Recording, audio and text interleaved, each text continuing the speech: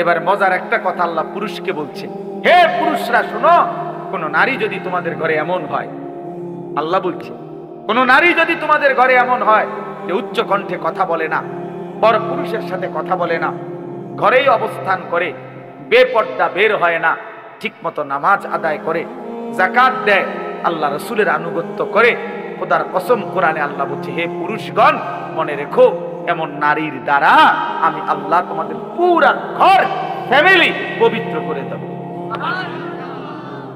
ইন্নামা ইউরিদুল্লাহু লিইউযহিবা আনকুমুর রিজসা আহলাল বাইত। পুরা ঘর পবিত্র, পুরা ঘর নেককার হয়ে যাবে, পুরা ফ্যামিলি সুন্দর হয়ে যাবে। এজন্য শেষ কথা এটা মনে রাখো যুবক, এই পৃথিবীর সবচেয়ে বড় সম্পদ কি? কোন মানুষের জীবনে দুনিয়ার সবচেয়ে বড় অর্জন কি? আখিরাতের অর্জন তো জান্নাত, আখিরাতের অর্জন আল্লাহর সন্তুষ্টি, ঠিক আছে না? এগুলো হলো আখিরাতের শ্রেষ্ঠ অর্জন কি? জান্নাত। আখিরাতের শ্রেষ্ঠ অর্জন কি? আল্লাহর সন্তুষ্টি। তো দুনিয়াতে কোন পুরুষের সর্বশ্রেষ্ঠ অর্জন কি? খোদার কসম নবীজি বলছে, একজন সতী সাধ্বী চরিত্রবান নেককার স্ত্রী।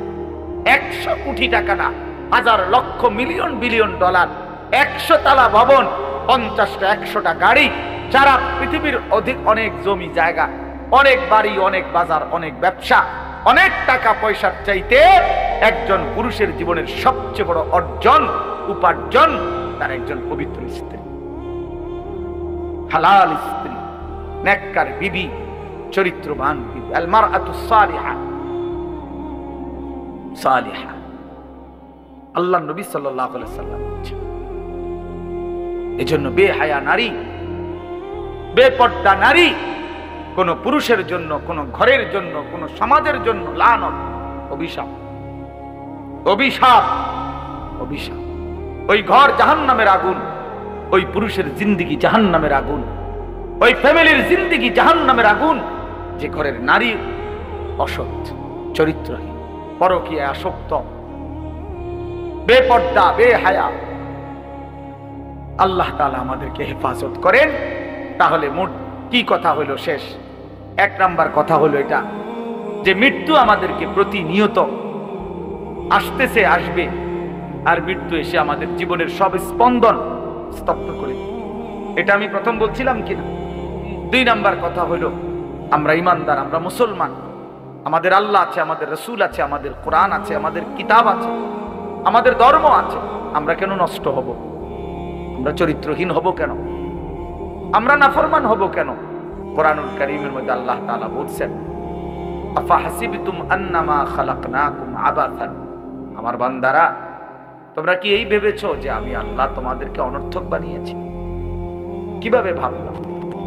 আমি আল্লাহ তাআলা এত বড় সৃষ্টি জগৎ দিয়ে তোমাকে লালন পালন করছি উদ্দেশ্যহীন, রং তামাশা, খেল তামাশা, তুমি তোমার মন মতো চলবা, খাইবা, ঘুমাইবা, ফুর্তি করবা, এই জন্যই বানাইছি না আমি? এটা কোনো কথা হইল? এটা তো কোনো সামান্যতম যুক্তিতেও ধরে না। এবং আল্লাহ বলেন, ওয়া আন্নাকুম ইলাইনা লা তুরজাউন। তোমরা কি এই ভেবেছো যে তোমাদেরকে আমি আল্লাহর কাছে ফেরত আসতে হবে না? কি মনে করছো? তোমারে ছেড়ে দিছি আমি একদম, তুমি আমার বাঁধন থেকে মুক্ত? না না, আল্লাহ তাআলা বলেন, ইলা রব্বিকা মুনতাহা। তোমার রবের নিকটেই তোমার শেষ ঠিকানা, তোমার শেষ সমাপ্তি তোমার রবের কাছে। ইলা রব্বিকা ইয়াউমা ইদিনিল মুস্তাকার। আল্লাহ বলেন, তোমার রব আল্লাহর নিকটেই তোমার প্রত্যাবর্তন স্থল। ইলাইহি তুরজাউন, আল্লাহর নিকটেই তোমরা ফিরে আসবে। ইলাইয়াল মাসির, আল্লাহ বলেন আমার নিকটেই তোমাদেরকে প্রত্যাবর্তন করতে হবে। ইলাল্লাহি মারজিউকুম জামিআ, আল্লাহর নিকটেই তোমাদের সকলের প্রত্যাবর্তন স্থল।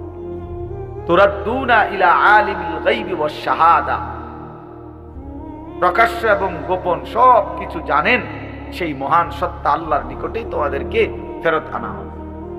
এইভাবে আল্লাহ তাআলা একটা আয়াত, অগণিত আয়াতের মধ্যে এই কথা বলছে, বান্দা তোমার আমি ছেড়ে দেইনি, তুমি লাগাম ছাড়া না, তুমি মুক্ত না, স্বাধীন না, তুমি আমি আল্লাহর হুকুমের অধীন, তুমি আমার সিদ্ধান্তের অধীন।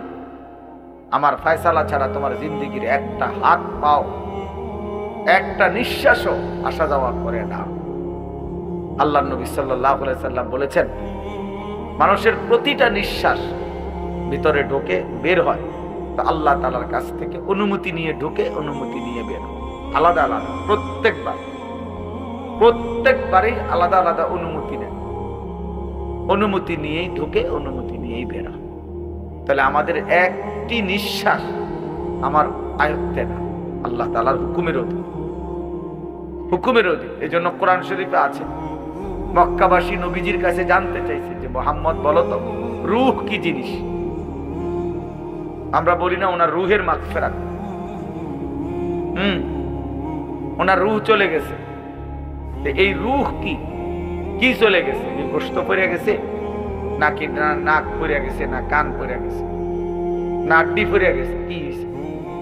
রূহ চলে গেছে মানে কি? লোকটা মৃত্যুবরণ করছে মানে কি? রূহ কি? আমাদের তো হাত একটা বুঝা যায়, যে হাত, এই যে নাক, এই যে চোখ, এই যে কান, তো রূহটা কি? এটাকে হাড্ডি না গোশত না হাত না পাও? তো আল্লাহ তাআলা উত্তর দিছে, কুলির রূহু মিন আমরি রাব্বি। শোনো নবী বলে দেন আপনি বন্ধু, যে পৃথিবীবাসী শোনো, রূহ হচ্ছে আল্লাহ তাআলার হুকুম। এইটাই আল্লাহ তাআলার একটা হুকুম, অদৃশ্য, এটার নামই হচ্ছে রূহ। আল্লাহর হুকুম হচ্ছে তো সব মেশিন চলতেছে, আল্লাহর হুকুম হচ্ছে এক সেকেন্ডে সব স্তব্ধ হয়, একই মুহূর্তে। আর হাতও নড়ে না, পাও নড়ে, রূহ চলে গেছে। এবার আর জিহ্বারও কোনো স্বাদ নাই, কানেরও কোনো শ্রবণ শক্তি নেই। এমনি তো মানুষ অসুস্থ হইলে সব অঙ্গ একসাথে অচল হয়ে যায়, ধীরে ধীরে দুর্বল হয়, কিন্তু রূহ চলে গেছে, সবকিছু একই মুহূর্তে, একই সেকেন্ডে, এক পলকে সব ঠান্ডা। এবার আর লোকটা হাসেও না, কাঁদেও না, হাঁটেও না, বসেও না, হাতও নাড়ে না, পাও নাড়ে, চোখও খোলে না, জিহ্বাও খোলে না, আর কোনো কিছুর স্বাদও তার নাই। এজন্য আল্লাহর নবী সাল্লাল্লাহু আলাইহি ওয়াসাল্লাম বলছেন, আকসিরু যিকরা হাদিমিল লাযযাত, তোমরা সব কিছুর স্বাদ মজা তোমাদের জীবন থেকে সরিয়ে দিবে, দূর করে দিবে যে জিনিস, সেই মৃত্যুর কথা তোমরা বারবার স্মরণ করো, বেশি বেশি স্মরণ। মৃত্যু তোমার সব সুখ, সব আনন্দ, সব প্ল্যান, সব পরিকল্পনা, সব স্বাদ, সব মজা, সব ইচ্ছা আকাঙ্ক্ষা, সব একসাথে স্তব্ধ করে, স্তব্ধ করে দিবে। আল্লাহর নবী বলছেন, মৃত্যু এসে তোমারে থামাই দিবে। কুল ইন্নাল মাউতাল্লাযী তাফিরুনা মিনহু ফাইন্নাহু মুলাকীকুম। আল্লাহ বলেন, হে নবী আপনি বলেন, মৃত্যু থেকে তোমরা যেখানেই পলায়ন করো না কেন, সে নিজেই তোমাদের সাথে সাক্ষাৎ করবে, মৃত্যু নিজেই তোমার সাথে দেখা করবে, তুমি বলতে হবে না। লিকুল্লি উম্মাতিন আজাল, আল্লাহ তাআলা বলে প্রত্যেকটি জাতি গোষ্ঠীর, প্রতিটি ব্যক্তি সম্প্রদায় গোষ্ঠীর মৃত্যুর সময় নির্ধারিত।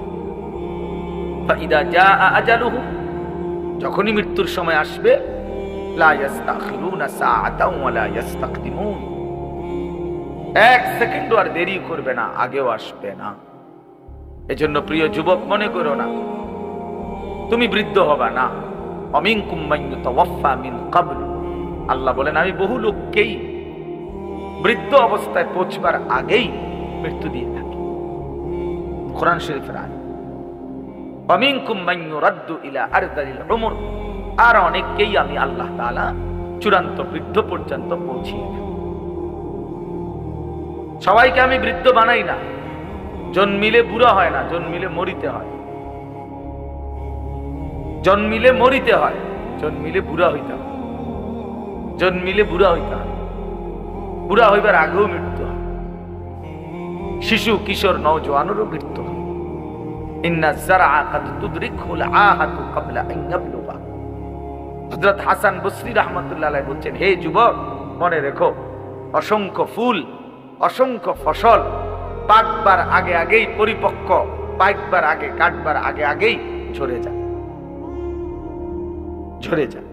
সব ফুল ফল হয় না, সব ফল পাকে না, পাকে না।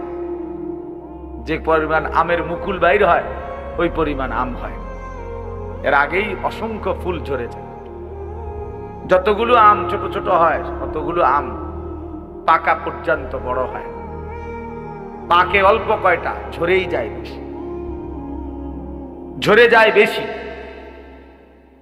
এজন্য ইমাম আল্লামা ইবনুল জাওজি রাহমাতুল্লাহ আলাইহি একজন বড় বুজুর্গ ছিলেন, উনি বলছিলেন, হে যুবক, তুমি তোমার মহল্লায়, তোমার পরিবারে, তোমার এলাকায় তুমি হিসাব করে দেখো তোমার বয়সী যুবক কয়জন আর এর সাথে আনুপাতিক হারে বৃদ্ধ কয়জন। দেখবা যুবকই বেশি, বৃদ্ধ কম, অথচ আনুপাতিক হারে কাছাকাছি থাকার কথা। আমার বয়স যদি বা নওজোয়ানের বয়স যদি 20-25 হয় তোমাদের, তাহলে এই বয়সে তো এই সময়ে, এর আগের মানুষগুলোতে এই সময় অনেক লোক ছিল, তাহলে সেই হারে তো 70-75 বছর, 60-65 বছরওয়ালা লোক কাছাকাছি থাকার কথা। যে আমগো বাড়িতে ছেলে আছে 30 জন, তো বয়স্ক মুরব্বীও তো থাকার কথা 26-27 জন, 20-25 জন।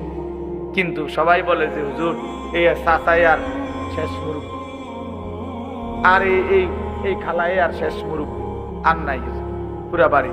এরকম দুইজনে একজনের হিসাব দেয়, তাহলে বোঝা গেল বয়স্ক লোকের হিসাবে আসে বয়স্ক কম, কিশোর নওজোয়ানি বেশি। তাহলে এই বেশি তো সবসময় বেশি। আজকে 3 বছর আইয়া পোলা ফাইন বাইরে গেছে, এর আগে সব বুড়াই আছিল, এমন কথা বোঝেন নাই কথা। এটা তো একটা আনুপাতিক হার, সবসময় একটা ধারাবাহিকতা আছে।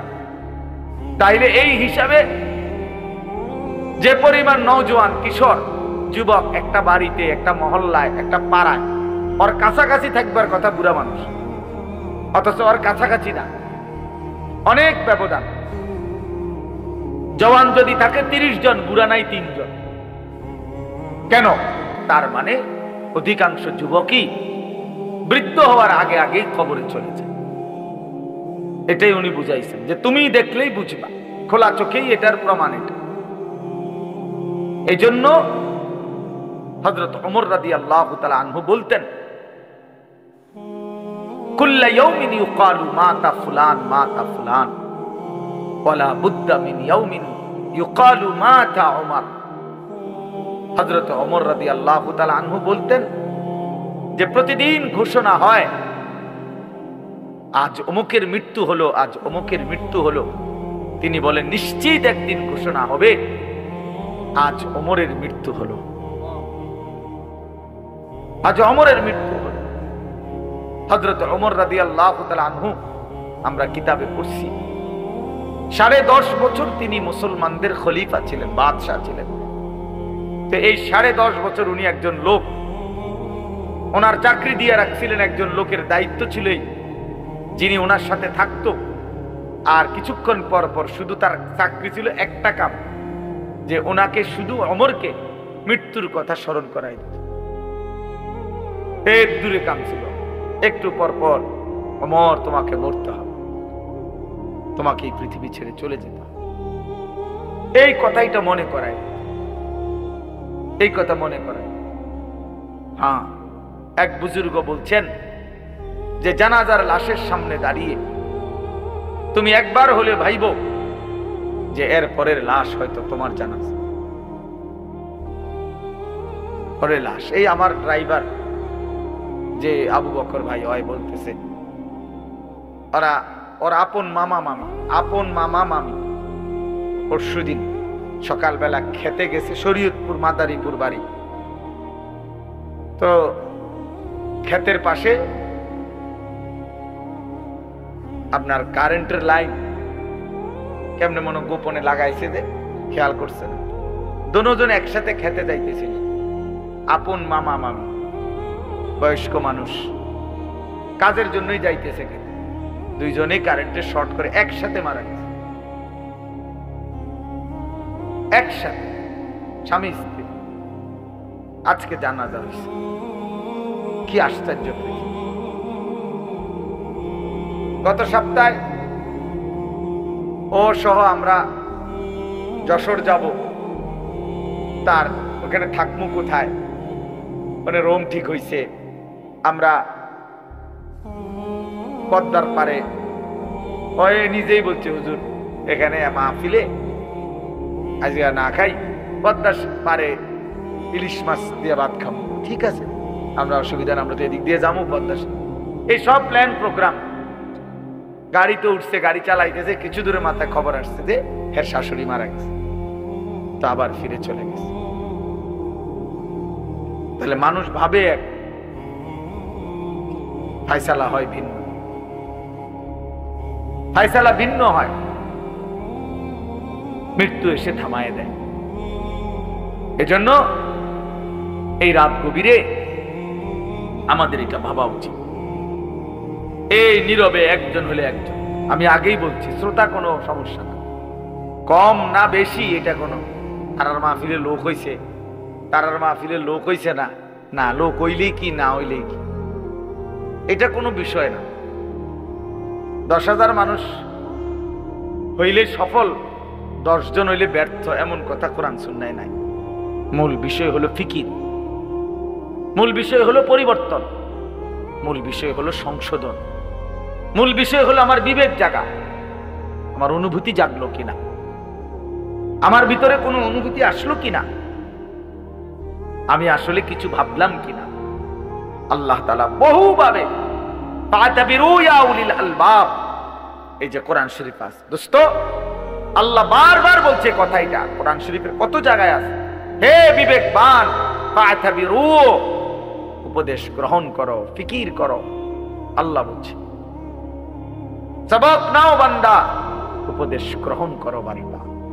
আল্লাহ তাআলা নবীকে বলছে ফাকসুসিল কাসাসা লাআল্লাহুম ইয়াতাফাক্কারুন।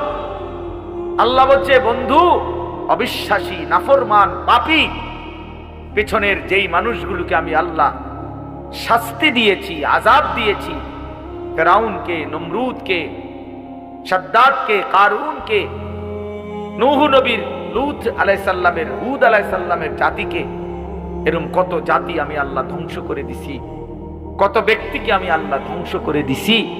এই গল্পগুলো, এই ঘটনাগুলো আপনি আমার বান্দাদেরকে শুনান, লাআল্লাহুম ইয়াতাফাক্কারুন, যেন তারা ফিকির করে, ভাবে যে হায় এ কাজ করেছে যারা, তাদের পরিণতি ছিল এই, আমারও পরিণতি হবে। আল্লাহ বলছে ফিকির, লাআল্লাহুম ইয়াতাফাক্কারুন। আল্লাহ তাআলা বলছে লাকাদ কানা ফি কাসাসিহিম ইবরাতুল লিউলিল আলবাব। প্রিয় ভাই, মনোযোগ দিয়ে শুনলে ভালো। আল্লাহ বলছেন লাকাদ কানা ফি কাসাসিহিম, পূর্ববর্তী জাতিদের ইতিহাসে ঘটনার মধ্যে রয়েছে ইবরাত, উপদেশ, লিউলিল আলবাব, বিবেকবানের জন্য, বিবেকবানের জন্য, যার বিবেক আছে তার জন্য। আল্লাহ তাআলা বলছে ইন্নামা ইয়াতাযাক্কারু উলুল আলবাব, আমার কোরআন, আমার সুন্নাহ, এর থেকে উপদেশ গ্রহণ করতে পারে কারা? যারা উলুল আলবাব, বিবেকবান। আর যে জীবন মনে করছে জীবন মানে ভাত মাছ চাল ডাল, পেশাব পায়খানা, ঘুম, যৌন চাহিদা পূরণ, লজ্জাস্থানের চাহিদা, শাহওয়াত, কামনা বাসনা, নারী ছবি, মদ জুয়া, জিনা ব্যভিচার, উলঙ্গ দৃশ্য, সুদ ঘুষ, বাটপারি সিটারি, 2 নম্বরই, এতটুকুই জিন্দেগি যে মনে করছে জীবন মানে এরই নাম, খোদার কসম সে বিবেকবান না, সে ইনসান না। ওই জীবন মানুষের জীবন না, ওই জীবন জন্তু জানোয়ারের জীবন, হাইওয়ানের জিন্দেগি, ওই জিন্দেগি জানোয়ারের জিন্দেগি। কোরআন শরীফ আল্লাহ বলছে এ যে কয়জন ছেলে বসছো বাবা, তোমরাই ভাইব, যে কয়জন বাবারা বসছেন আপনারাও ভাই, হিসাব মিলাইয়েন, আপনারটা আপনার হিসাব আপনি মিলাইয়েন। সাহিবুল বাইতে আদরা বিমা ফিহি, আরবি ভাষায় বলে প্রবাদ যে ঘরওয়ালাই জানে তার ঘরে কি আছে। আমি তো জানি আমার ঘরে কি কি মাল সামানা আছে, এই পৃথিবীর কেউ না জানলে কি হয়েছে? তাহলে আমার খবর তো আমার আছে, আমি তো কি পরিমাণ অন্যায় আর কি পরিমাণ ন্যায় আমার আমি কতটা ভালো কাজ করছি মন্দ করছি এটুকু বিবেক তো আমার আছে, আমার জানা তো আছে। তার নিজেরটা নিজে হিসাব করে। হাসিবু ক্বাবলা আন তুহাসাবু, নবী সাল্লাল্লাহু আলাইহি ওয়াসাল্লাম বলেছে উম্মত তোমার হিসাব আল্লাহ নেওয়ার আগে তুমি নিজের হিসাব করে নাও। হাসিবু আনফুসাকুম। গতকালকে আমরা 14 গ্রাম যাচ্ছিলাম, আমাদের আগে গাড়ি বিশাল জ্যাম। কি হইলো? বলল যে হুজুর একটা ছেলে ট্রাকের সাথে সাইকেল চালায়া যাইতেছে, বাড়ি খাইছে, একটা বাড়ির সাথে সাথে দুইটা পাও একের ভাঙ্গা, দুটোটা পাও শেষ, রক্তে ভাইসা গেছে। খালাস, এই জিন্দেগি, এই হাসি খুশির জিন্দেগি ক্ষণিকের মধ্যে স্তব্ধ। এজন্য প্রিয় ভাই, তুমি তোমার উপরে যদি ভরসা কইরা গুনাহ করো যে আমার শরীর, আমার যৌবন, আমার স্বাস্থ্য, আমার সুস্থতা, তাইলে ভুল করো, ভুল করো। আমার এইখানে পেটের এই জায়গাটাতে একটা ছোট্ট ফোঁড়া উঠছে আজকে 5 দিন। এই এখনো ওষুধ খাইতেছি হোমিও, এইটার ব্যথায় আমি এই যে 5 দিন আবার সারাক্ষণ চিনচিন চিনচিন চিন করে ব্যথা করে, রাত্রে সকালে দিনে এই ব্যথা নিয়েই আমি চলতেছি। কালকে আমার উমরার ফ্লাইট, আমি সকালবেলায় আমার এই বছরের সিজনের শেষ মাহফিল আজকে আপনাদের এখানে, আলহামদুলিল্লাহ। কালকে সকালেই আমি 7টা বাজে ইনশাআল্লাহ চলে যাব। দুপুরবেলা আমার ফ্লাইট, উমরার ফ্লাইট, মদিনা শরীফ যাব ইনশাআল্লাহ, আল্লাহ যদি। তাইলে আমার ভাই, তো আমার বলার উদ্দেশ্য হলো এই একটা ছোট্ট ফোঁড়া, এইটা এক সাইডে, আমার বাকি শরীরের সব কিছু ঠিক আছে, কিন্তু এই এক ছোট্ট ফোঁড়ার যন্ত্রণায় আমার সারা শরীরের মধ্যে ব্যথা অনুভব করতেছে, অশান্তি লাগতেছে, অস্বস্তি লাগতেছে। তাইলে প্রিয় বন্ধু, আল্লাহ তাআলা যে আমাদেরকে সুস্থ রাখতেছে, এ তো আল্লাহর দান, এ তো আল্লাহর দান। অতএব কি হিসাবে আমরা নাফরমানি করছি? যারা নামাজ পড়ে না কেন পড়ে না? যারা আল্লাহকে মানে না কেন মানে না? আমার বাবারা, আমার নওজোয়ানরা, যারা আল্লাহ তাআলার বন্দেগী করছো না ভাইয়া, কিসের একটা ছোটখাটো বুঝ করে নিও নিজের লগে, বুঝাইতে চাচ্ছ? এক ওয়াক্ত নামাজ পড়ো না, কমপক্ষে নিজের নিজে একটা বুঝাপড়া করে নিও। আসলে কিতা? তুমি নমরুদ না? তুমি কিতা আসলে? তুমি কি ফেরাউন? মানে তুমি তার চাইতে বড় ক্ষমতাবান হয়ে গেছো না? তুমি সাদ্দাত, তুমি কারুন, তুমি কি ভাবছো নিজেরে? কি হিসাব করে নামাজ পড়ছো? আল্লাহর সাথে প্রতিনিয়ত এই গাদ্দারি, এর কি কোনো শেষ নাই? কি ভাইয়া, এর শেষ নাই? কথা বলে না, এর কি কোনো শেষ নাই? এই জীবনের কোনো সমাপ্তি নাই তো? এরপরে এরপরে কি? তোমার এই চুলের ফ্যাশন শেষ পর্যন্ত কতদিন দেখাইবা? শরীরের এই যৌবন কতদিন ধরে রাখবা? অহংকারী কতদিন করবা ভাইয়া? কতদিন? এই জন্য এক বুজুর্গ বলছেন যে হে যুবক, অন্ধকারে গুনাহ করো না, কারণ জানো অন্ধকার যিনি সৃষ্টি করেছেন তিনি তো তোমাকে দেখছেন। ওয়াল্লাযী খালাকায যালামা ইয়ারানি, তিনি বলেন মনে রেখো যিনি অন্ধকারকে সৃষ্টি করেছেন তিনি তো আমাকে দেখছেন। তুমি না মনে করছো কেউ দেখে না, কিন্তু অন্ধকারকে যিনি সৃষ্টি করেছেন তিনি তো আল্লাহ, তিনি তো দেখছেন। এজন্য ভাইয়া বাপ, এটা ফিকির করা চাই। এই আমরা একটা ফিকিরে বয়ান করি, কম কিংবা বেশি এগুলা নিয়ে কোনো টেনশন নেই। ফিকির যে পরিবর্তন চাই। ইন উরিদু ইল্লাল ইসলাহ মাস্তাতাতু, সাধ্যের সবটুকু দিয়ে আল্লাহর বান্দাদের পরিবর্তন। ইসলাহ, সংশোধন।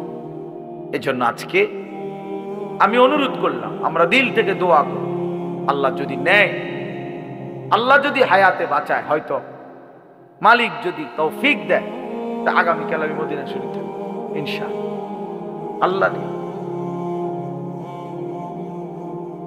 হ্যাঁ, এই জিন্দেগির বহুতই বড় আল্লাহ তাআলার ফজল ও করম, যাকে আল্লাহ তৌফিক দেয়। যে চোখ কালো গিলাফ দেখছে, যেই চোখ মদিনার সবুজ গম্বুজ দেখছে, সে ভাগ্যবান। कहां ये मेरी किस्मत के तवाफ तेरे घर का, मैं जागता हूं या रब या ख्वाब देखता। এক বুজুর্গ বলছেন যে আল্লাহর ঘরের সামনে, কাবা ঘরের সামনে দাঁড়িয়ে উনি বলছিলেন, হায় মাওলা, কি অসাধারণ কিসমত আমার, আমি আপনার ঘরের সামনে দাঁড়িয়ে। এরপরে বলতেছিলেন যে হায় মাওলা, আমি বুঝতেছি না আমি কি স্বপ্ন দেখতেছি নাকি জেগে আছি। मैं जागता हो या रब या ख्वाब देखता हो, আমি কি জেগে আছি রব নাকি স্বপ্ন দেখছি। এজন্য ভাইয়া, জিন্দেগির সবচেয়ে বড় মজাদার বিষয় হলো আল্লাহর গোলামি করা। আল্লাহকে ডাকার মধ্যেই তৃপ্তি। মানুষ সুখ চায়, মানুষ আনন্দ চায়, মানুষ তৃপ্তি চায়, মানুষ স্বস্তি চায়। খোদার কসম, আল্লাহকে ডাকার মধ্যে, নামাজের সেজদার মধ্যে, রোজার মধ্যে, গুনাহ ছেড়ে দেওয়ার মধ্যে তৃপ্তি আছে, সুখ আছে, আনন্দ আছে, স্বস্তি আছে। নাফরমানির মধ্যে সুখ নেই। কোন চোর ডাকাত, কোন সুদখোর, ঘুষখোর, কোন মদখোর, নেশাখোর সুখে নাই। হয় পুলিশ দৌড়ায়, নইলে মানুষে দৌড়ায়, নয়তো মানুষে লানত দেয়, অভিশাপ দেয়, তার উপরে খোদার গজব পড়ুক, তার উপরে আল্লাহর লানত পড়ুক। এই সমাজটা জ্বালাইয়া খাইতে আছে, মানুষের কষ্ট দিতেছে, মানুষের স্ত্রী কন্যা তার দ্বারা নিরাপত্তাহীনতায় ভুগতেছে। এই হারামখোর, নেশাখোর সমাজটা নষ্ট করে দিতেছে। এই সুদখোর, হারামখোর মানুষের টাকা রাক্ষসের মতো চুষে খাইতেছে। এরকম কোন লানত ছাড়া, অভিশাপ ছাড়া আর কিছুই জোটে না, আর কিছুই জোটে, আর কিছু জোটে না। এই জন্য আমরা ফিকির করা উচিত। ইয়া আইয়ুহাল্লাযীনা আমানু তাকুল্লাহ ওয়াল তানজুর নাফসুম মা কদ্দামাত লিগাদ ওয়াত্তাকুল্লাহ ইন্নাল্লাহা খাবীরুম বিমা তা'মালুন। রব্বুল আলামিন বলেন, হে ঈমানদার মুমিন, আল্লাহকে ভয় করো। তুমি না মুমিন, তুমি তো কালেমাওয়ালা বান্দা, তুমি হিন্দু না, বৌদ্ধ না, তুমি তো বান্দা ইহুদি না, খ্রিস্টান না, কাফের না, মুশরিক না, তুমি তো মুসলমান। তুমি কেন আমাকে ভয় করবা না? আমি যদি বলি আমার সন্তানকে যে বাপ, তুই তো আমার ছেলে বাপ, তুই কেমনে আমারে বাপ ডাকবি না? তুই সন্তান যদি আমারে বাপ না ডাকো বাপ, তাইলে আমার জীবনের আর পাইলাম কি? আমার জীবনের আর দেখলাম কি? এজন্য রব্বুল আলামিন বলেন, বান্দা তুমি তো স্বীকার করেছো লা ইলাহা ইল্লাল্লাহ মুহাম্মাদুর রাসূলুল্লাহ। তুমি তো বললা তুমি মুসলমান, তুমি তো বললা তুমি মুমিন, তুমি তো বললা তুমি ঈমানদার, তাইলে তুমি কেন সেজদা করবা না? আমি যদি ঈমানদার থেকেই সেজদা না পাইলাম, তবে আমি আল্লাহ সেজদাটা পাবো কার কাছে? আমার মুমিন বান্দা যদি আমি আল্লাহকে ভয় না করে, আমার গোলামি না করে, তো বান্দা বলো না আমাকে ভয় কে করবে? কার জন্য আমি কোরআন নাজিল করলাম? কার জন্য আমি শ্রেষ্ঠ বন্ধুকে পাঠাইলাম? কোরআনুল কারীমে আল্লাহ বলেন, লাকাদ মান্নাল্লাহু আলাল মুমিনিনা ইয বা'আসা ফীহিম রাসূলাম মিন আনফুসিহিম। আল্লাহ বলে, বান্দা শোনো না বান্দা, আসমান জমিন চন্দ্র সূর্য আলো বাতাস রোদ বৃষ্টি সাগর পানি, ক্ষেত, ফুল ফল, ফসল, খাদ্য খাবার, স্ত্রী সন্তান, দালান বিল্ডিং, ঘর মাটি, এগুলো তো আমি সকলকেই দিয়েছি। ইমানদার, কাফের, মুশরিক, বেঈমান, নাস্তিক, মুরতাদ সবাইকেই তো দিয়েছি। কিন্তু মুমিন আমি আলাদা, স্পেশালি তোমাদেরকে মুমিন হিসাবে সবচেয়ে বড় নিয়ামত যেটা দিয়েছি সেটা হলো আমার কলিজার টুকরা রাসূল, আমার আখিরি বন্ধু নবী মুহাম্মদ তোমাদেরকে দিয়েছি। আল্লাহ বলে মুমিন আমি বেঈমানকে বাড়ি দিয়ে দিলাম, ঘর দিয়ে দিলাম, দুনিয়া দিয়ে দিলাম, তোমারে রাসূল দিলাম, তোমারে বন্ধুকে দিলাম, নবীকে দিলাম। এজন্য বাপ এটা হিসাব মিলানো হচ্ছে, কদর করা চাই, কদর করা। আল্লাহ তাআলা আমাদেরকে সবকিছুই শ্রেষ্ঠ দিয়েছেন, আল্লাহ নিজেই শ্রেষ্ঠ। আমাদের নবী মুহাম্মদ সাল্লাল্লাহু আলাইহি সাল্লাম তিনি সর্বশ্রেষ্ঠ, এবং আমাদের কিতাব কোরআন এটাও সর্বশ্রেষ্ঠ, আমাদের ধর্ম ইসলাম এটাও সর্বশ্রেষ্ঠ। আমার ধর্মের চাইতে দামি কোনো ধর্ম নাই, আমার কিতাবের চাইতে বড় কোনো কিতাব নাই, আমার রাসূলের চাইতে বড় কোনো রাসূল নাই, আমার আল্লাহ ছাড়া কোনো রবই নাই, বানানে ওয়ালা নাই, পালনে ওয়ালা নাই। তাহলে আমার তো সব আছে, আমার আল্লাহ আছে, আমার রাসূল আছে, আমার কোরআন আছে, আমার ধর্ম আছে, ইসলাম আছে। আমি কেন নষ্ট হব? আমি কেন চরিত্রহীন হব? আমি কেন লম্পট হব? আমি কেন জুয়ারি হব? আমি কেন সুদখোর হব? আমি কেন হারামখোর হব? আমার স্ত্রী কেন বেপর্দা হবে? আমার স্ত্রী কেন বেহায়া হবে? কেন? কিসের অভাবে আমরা ভুল করলাম? কি কারণে আমরা হেরে গেলাম? এই জন্য দোস্ত আমার, বন্ধু আমার, আল্লাহ তাআলা এটা বলছেন যে বান্দা আমি তোমাদের জন্য ইয়া আইয়ুহাল্লাযীনা আমানু কুতিবা আলাইকুমুস সিয়ামু কামা কুতিবা আলাল্লাযীনা মিন ক্বাবলিকুম লাআল্লাকুম তাত্তাকুন।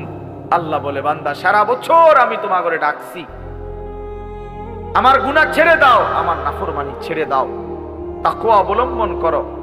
সারা বছরও কদর করলা না, যাও ঠিক আছে বান্দা আমি মাফ করে দেবো, যাও এবার আমি শেষবারের মতো তোমার একটা মাস দিলাম, একটা মাস মাত্র, একটা রমজান, তুমি আমার হুকুমটা মানো, গুনাহ ছেড়ে দাও বান্দা, আমার বন্দেগী করো। আমি আল্লাহ ওয়াদা দিলাম আমি এক মাসেই তোমারে মুত্তাকি বানিয়ে দিই, যা এক মাসেই পবিত্র করে তোমারে এক মাসেই আমি আল্লাহ তাআলা জান্নাতের ভিসা দিয়ে জান্নাতের মেহমান বানিয়ে দেব।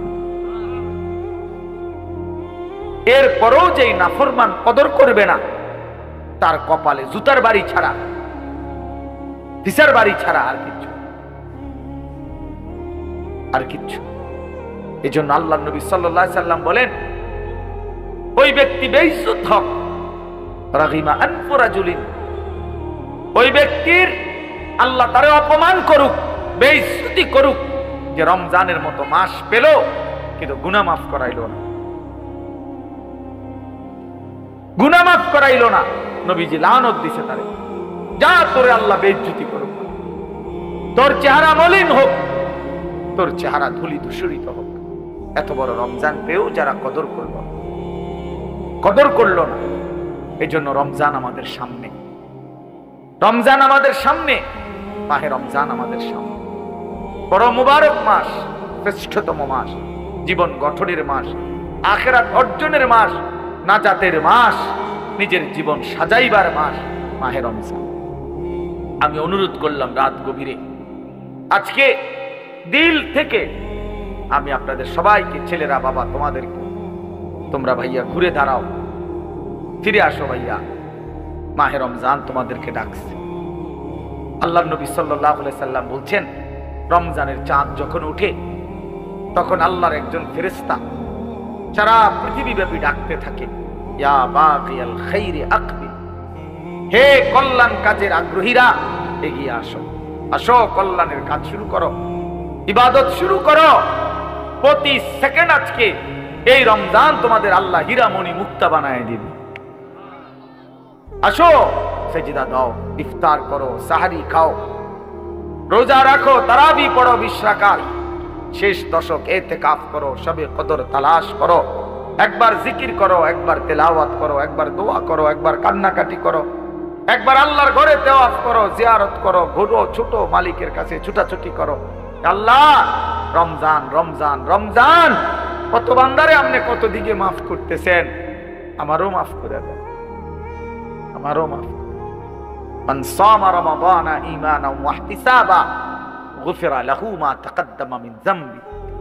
আল্লাহর নবী সাল্লাল্লাহু আলাইহি ওয়াসাল্লাম বলেন, রমজান মাসে যে পূর্ণ ঈমান রেখে সওয়াবের আশা করে করে রোজা রাখলো, আল্লাহ তার পিছনের সমস্ত গুনাহ মাফ করে দিলেন। ওয়ামান কামা রমাদানা ঈমানান ওয়া ইহতিসাবা গুফিরা লাহু মা তাকাদ্দামা মিন যামবি।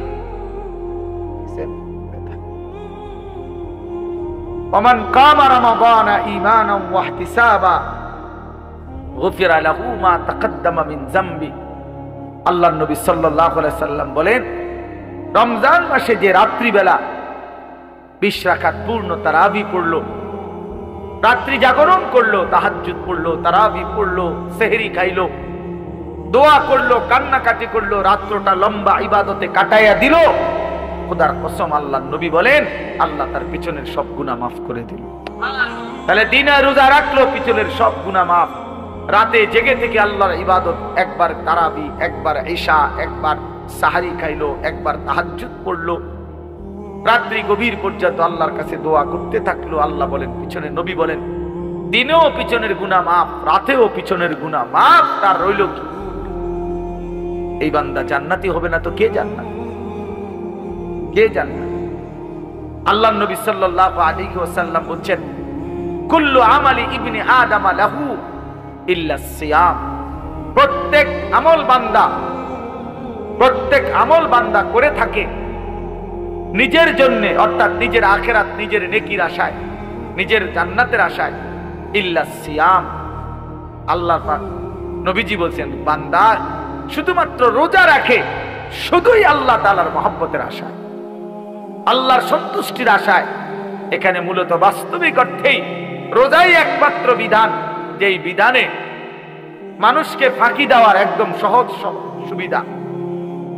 নামাজ তো কথা বলার সুযোগ নাই, আপনি মসজিদে আসেন নাই, আমি দেখছি, আমি ছিলাম মসজিদে, আপনারে আমি দেখি নাই জামাতে।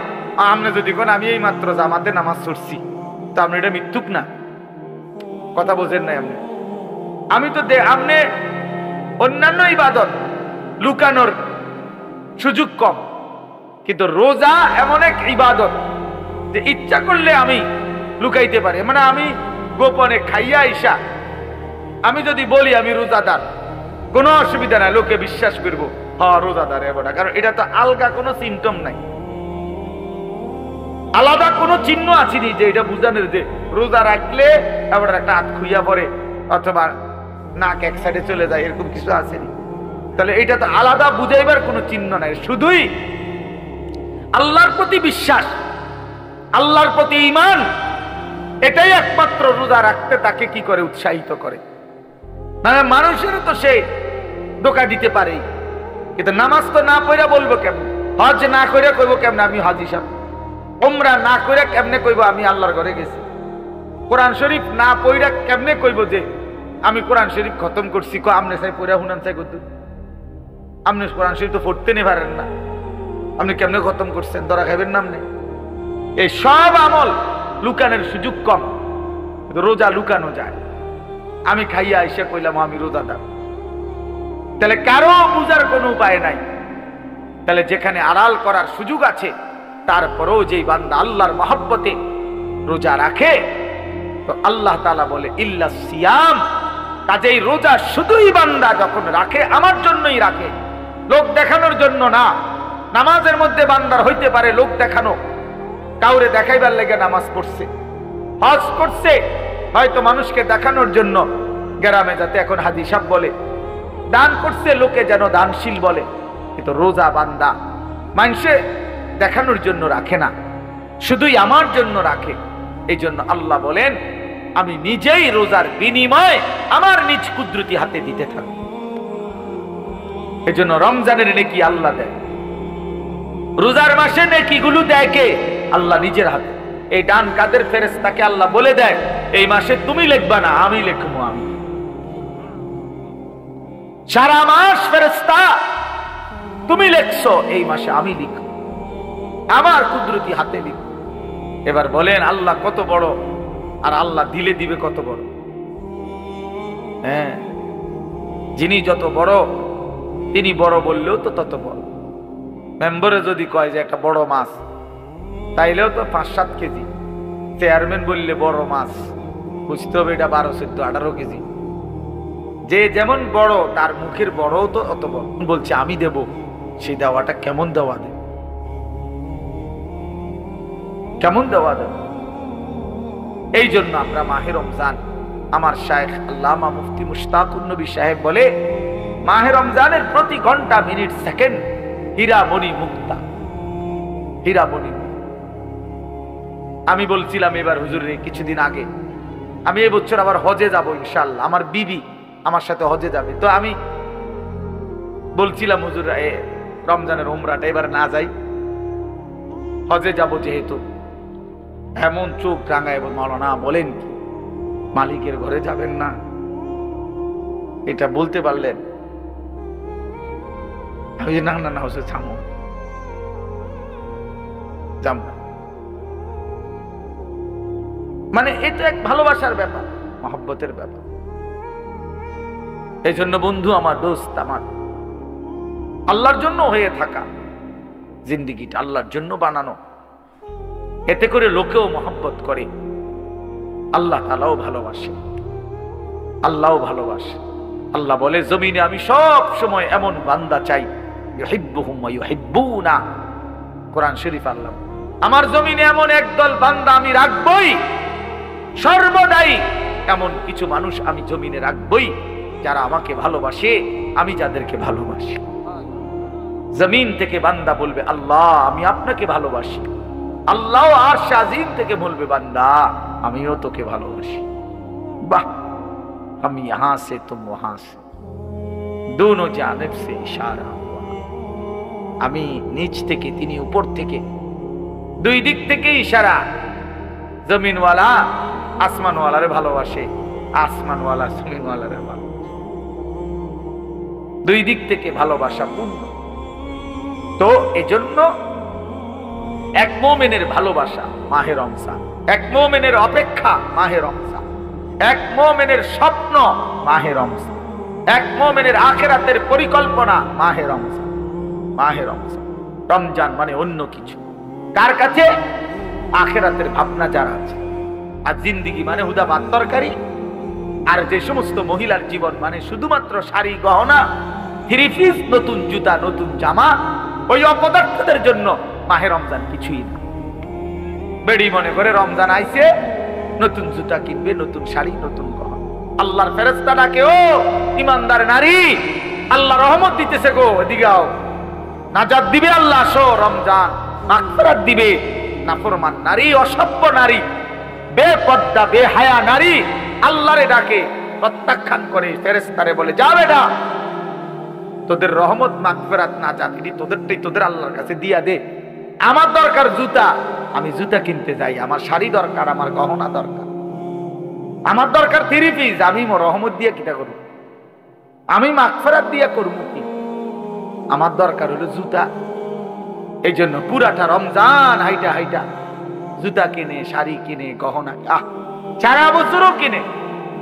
আবার রমজান, কি অপদার্থ মহিলা, কি দুঃখজনক কথা, চিন্তা করে দেখেন। কোন শয়তান, কোন ইবলিস, কোন দাজ্জাল বুঝাইলো এই আমাদের মহিলাদেরকে যে রমজান মাসে শাড়ি গহনা, 3 পিস, জুতা সম্পূর্ণ নতুন কিনতে হয়। খোদার কসম, এটা পৃথিবীর কোনো কিতাবে নাই, কোনো আলেম বলে নাই, কোনো আউলিয়া বলে নাই, কেউ বলে নাই। ইবলিস ছাড়া, শয়তান ছাড়া, দাজ্জাল ছাড়া আর কেউ বলে নাই। এটা দাজ্জালে বলছে, দাজ্জাল, শয়তান ইবলিসে বলছে। তোমরা ছেলেরাও মনে রাখো, ঈদ মানে নতুন কোনো জুতা না, ঈদ মানে ইবাদত। ঈদ তার জন্য খোদার কসম নবীজি বলছে ফারাহাতুন ইনদা ফিতরিহি, ঈদুল ফিতরের আনন্দ তো রোজাদারের বেটা, আরাম করে আবার ঈদের আনন্দ কি?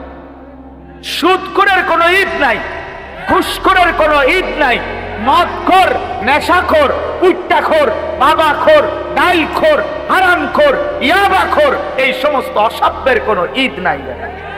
তোর আবার কিসের ঈদ বেটা?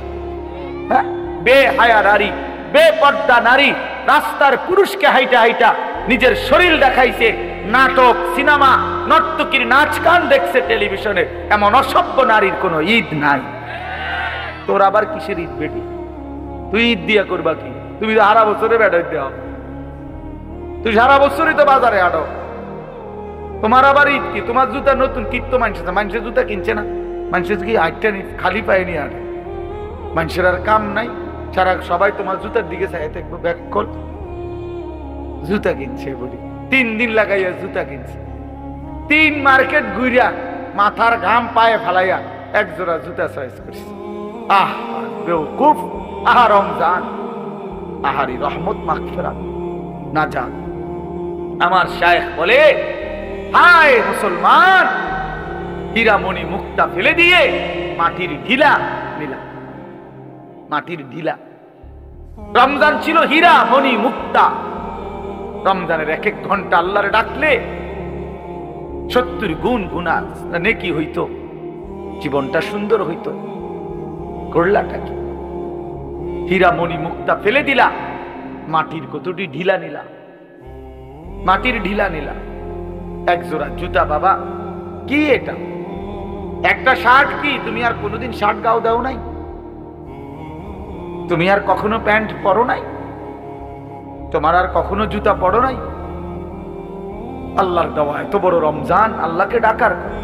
এই জন্য বাবা সবার কাছে অনুরোধ রইল, বিশেষ করে আমরা যে কয়জন বসছি, আমার এই এবার সিজনের এই শেষ আবদার, সবাই আমরা ইনশাআল্লাহ রমজানে আল্লাহর ইবাদত করব, পূর্ণ 20 রাকাত তারাবি আদায় করব ইনশাআল্লাহ। প্রতিদিন বলো, প্রতিদিন ভাইয়া, ওয়াদা করো ইনশাআল্লাহ দিল থেকে। আল্লাহ আপনাকে সাক্ষী রেখে দিল থেকে ওয়াদা করলাম, মাওলা ঈদের চাঁদ উঠা পর্যন্ত তারাবি পড়ে যাব ইনশাআল্লাহ। 20 রাকাত পূর্ণ তারাবি। কয় রাকাত? সবাই বলেন কয় রাকাত? আবার বলেন, আবার বলেন। তারাবি শুধুই 20 রাকাত, তারাবি শুধুই 20 রাকাত। বলেন তারাবি শুধুই 8 রাকাত, কোনো তারাবি না। 8 রাকাত বলতে কোনো তারাবি নাই, ধোঁকা, ধোঁকা। 8 রাকাত বলতে যেই তারাবি বলা হয়, এটা ধোঁকা দেয়, ধোঁকা দেয়, ধোঁকা দেয়, ধোঁকা। সাফ 8 রাকাত তাহাজ্জুদ, 8 রাকাত আছে তাহাজ্জুদ। ওই যে সাহারির টাইমে উঠা, রাত্রিবেলা যেটা পড়ে শেষ রাত, এটারে কয় তাহাজ্জুদ। বোঝেন নাই কথাটা? 20 রাকাত পূর্ণ তারাবি পড়েও রাত্রে আবার 8 রাকাত পড়েন, কোনো অসুবিধা নেই। পড়েন, সমস্যা কি? আবার পড়বেন, কথা বোঝেন নাই? হ্যাঁ, পুরুষও পড়বে, নারীও, সবাই পড়বে 20 রাকাত। রমজানে আল্লাহর ফায়সালা, রমজান মাসে আল্লাহ তাআলা হিসাব কিতাব রমজানেরটা রমজানে ক্লিয়ার, রমজানেই ক্লিয়ার করে। অর্থাৎ রমজানের নেকি পুরস্কার আল্লাহ রমজানেই দেয়, রমজানেই দেয়। কয় বেরিতের এটা পৃথিবীর যদি 7 আসমানের উপরেও মহিলা যায়, 2 জন, দেখবেন কথা। 7 তবক জমিনের নিচে যদি মহিলা যায় 2 জন, দেখবেন কথা। আফ্রিকার গহীন জঙ্গলে যদি 2 জন মহিলা একসাথে হয়, দেখবেন এই জীবজন্তুর মাঝখানে দাঁড়াইয়া তারা 2 জন কথা। আটলান্টিক মহাসাগরের নিচে যদি 2 জন মহিলা যায়, গিয়ে দেখবেন ওনারা কথা। বাকিরা হয়তো নাগরিক উদ্ধারের লেগে চিন্তা করতে আছে, তারা কথা কইতে আছে। বুঝেন নাই কথা? তারা কোনো টেনশন।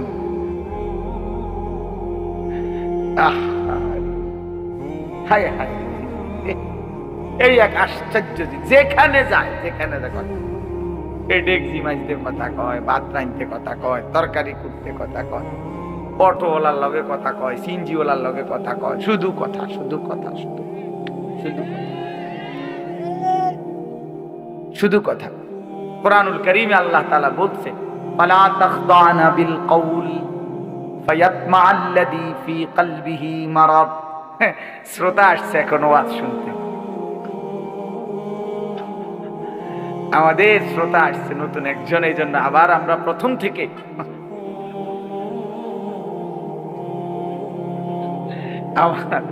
আমার নুরুল আলম ভাই আইছে, চিন্তা করছে আমার কাপড়ের ব্যবসার উপরে কোন বিপদ আসে।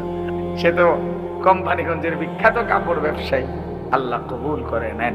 তো এই জন্য বললাম বাপ, আল্লাহ বলছেন নারীদেরকে, সরাসরি কোরআন শরীফের আয়াত, ইয়া নিসাআন নবিয়্যি লাস্তুন্না কাআহাদিম মিনান নিসা।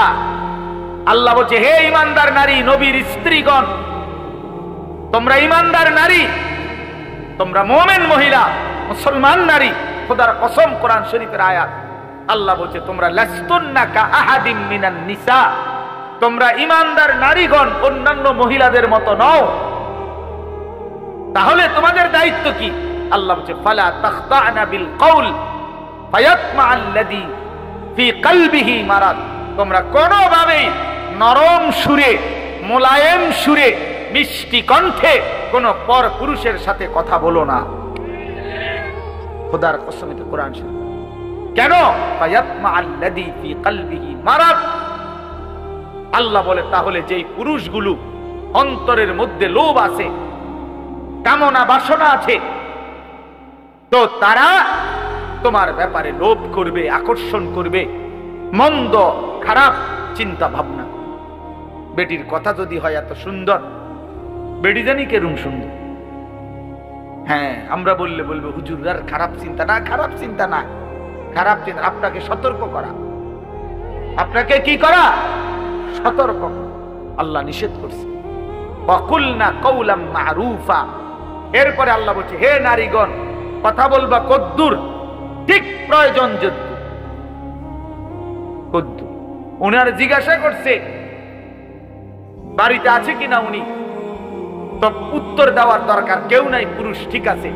কোন মহিলা যদি তাফসীরে আছে, উত্তর দিতে হয় বাধ্যতা হইয়া, কিছু করার নাই, একজন কেউ নাই যে জবাব দিবে, তো এর দূরে বলা উনি নাই।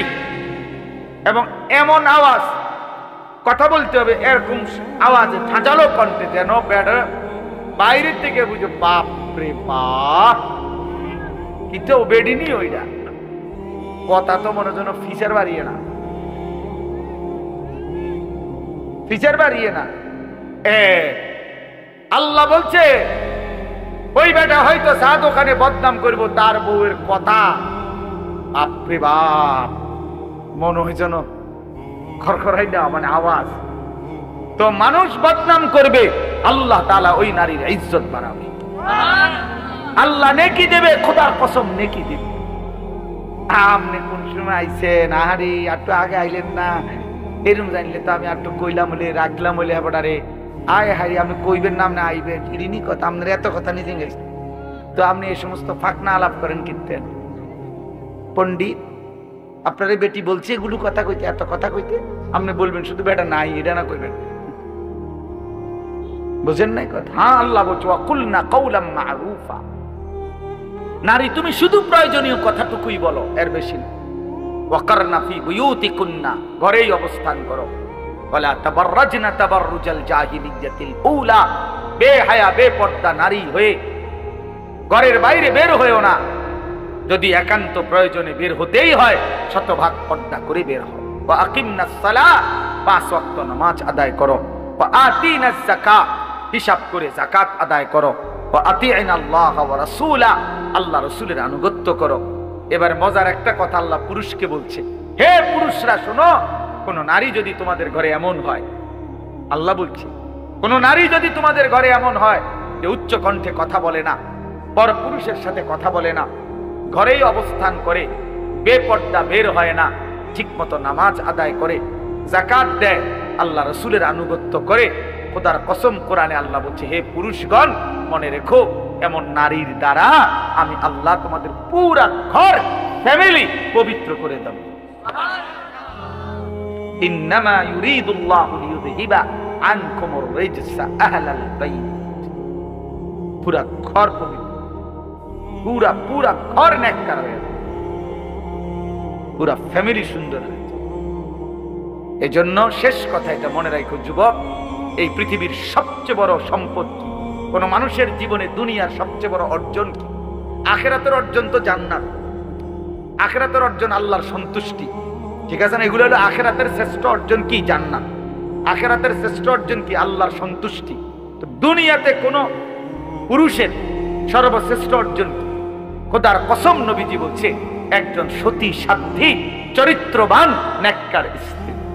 100 কোটি টাকা না, হাজার লক্ষ মিলিয়ন বিলিয়ন ডলার, 100 তলা ভবন, 50টা 100টা গাড়ি, সারা পৃথিবীর অনেক জমি জায়গা, অনেক বাড়ি, অনেক বাজার, অনেক ব্যবসা, অনেক টাকা পয়সার চাইতে একজন পুরুষের জীবনের সবচেয়ে বড় অর্জন, উপার্জন তার একজন পবিত্র স্ত্রী, হালাল স্ত্রী, নেককার বিবি, চরিত্রবান বিবি। আল মারআতু সালিহা,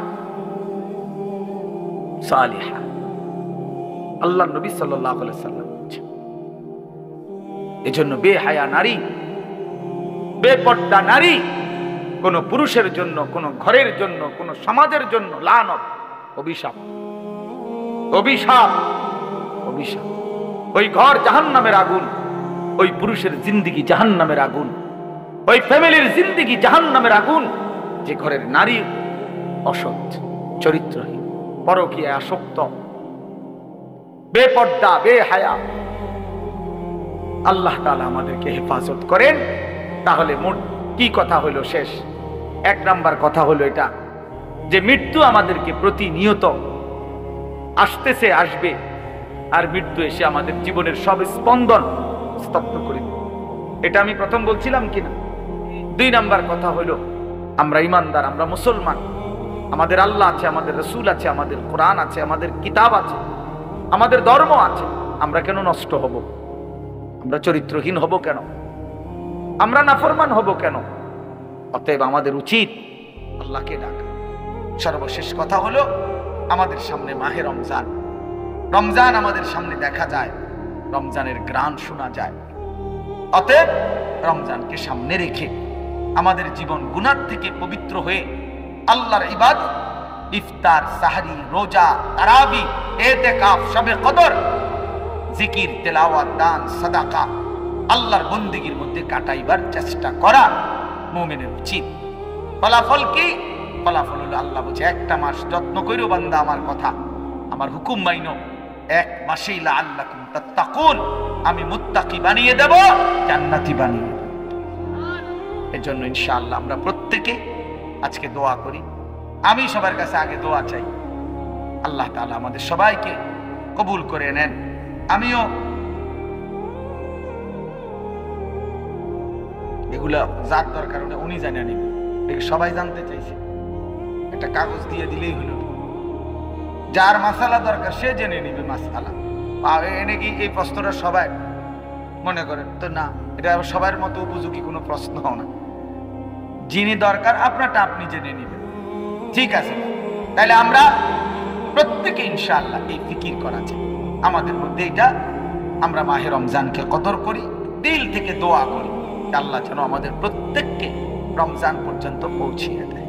আর আমি আপনাদের জন্য দোয়া করি আল্লাহ তাআলা যেন এই সবগুলো চোখ আল্লাহর ঘর দেখতে দেয়। এ বড় জীবনের বড় সৌভাগ্য, বড় ওই কালো গিলাফ দেখলেই সুন্দর, মদিনার ওই সবুজ কবুজ দেখলেই সুন্দর, দেখলেই সুন্দর। যে চোখ দেখছে সে ভাগ্যবান। যে ঘর, আল্লাহর ঘরের চতুর্দিকে যে জিন্দেগি, যে মানুষটা ঘুরছে, সে জীবনের অনেক কিছু পেয়েছে, অনেক অনেক অনেক। আল্লাহ তাআলা নিজ হাতে, হাদিসের মধ্যে আছে, আল্লাহর নবী সাল্লাল্লাহু আলাইহি ওয়াসাল্লাম বলেছেন, আল্লাহর ঘর কাবার উপরে আল্লাহ তাআলা প্রতি সেকেন্ড 120টা করে আলাদা স্পেশাল রহমত বর্ষণ করে প্রতি মুহূর্তে। মদিনার রওজা পাকে রাসূলুল্লাহ সাল্লাল্লাহু আলাইহি ওয়াসাল্লাম সশরীরে জীবিত অবস্থায় আছেন। আমি গিয়া প্রথমবার যখন গেছি তো রওজা পাকের সামনে দাঁড়িয়ে এটাই বলছিলাম 2015 সালে, ইয়া রাসূলুল্লাহ, আপনি এখানে। আমার সারা জিন্দেগি সেই ছোটবেলা থেকে যার নাম শুনলাম, কত নাম আপনার বললাম, কত হাদিস আপনার পড়লাম, সেই আপনি এখানে শুয়ে আছেন। এই জন্য আমরা প্রত্যেকে ইনশাআল্লাহ আল্লাহর ঘর জিয়ারতের স্বপ্ন দেখি। হ্যাঁ, ফিকির করলে সম্ভব। যুবক তোমরাও পারবে। 100 টাকা জমা, 10 টাকা করে জমাও। আমার ড্রাইভারের বলছি 200 টাকা করে জমাও। আল্লাহর ঘরে আল্লাহ নিয়ে যান। আল্লাহ দিল দেখে বান্দা, আল্লাহ দিল দেখে, দিল দেখে। আগের দিনের বুজুর্গরা দোয়া করতেন যে আল্লাহ, আগে যারা আল্লাহর প্রিয় বান্দা ছিল তারা দোয়া করতে, আল্লাহ হাজী সাহেবের গুড়ের ফুটলার মধ্যে কইরা, আগের দিনে হাজী সাহেবরা চিরা গুড় নিত, গুড় গুড় বুঝেন না, চিরা গুড় খুব নিত আগে। তো কইতো যে আল্লাহ, গুড়ের পোটলার মধ্যে কইরা কত পিঁপড়া কত দূর দূরান্ত থেকে আপনার ঘরে গেছে গা, আমি যাইতাম না খা। আচ্ছা, এমন করে বললে আল্লাহ কেমনে না নিয়ে পারে? আরে বলে কি বান্দা, আমার বান্দা বলে কি? এজন্য আল্লাহর ঘর জিয়ারত মুমিনের জীবনের একটা স্বপ্ন। নবীজির রওজা জিয়ারত এটা মুমিনের জীবনের একটা কি স্বপ্ন। এজন্য যুবক, কক্সবাজারের স্বপ্ন দেখো না, মদিনার স্বপ্ন দেখো, কাবা ঘরের স্বপ্ন দেখো, কাবা ঘরের স্বপ্ন। আল্লাহ তাআলা সবাইকে তৌফিক দেন।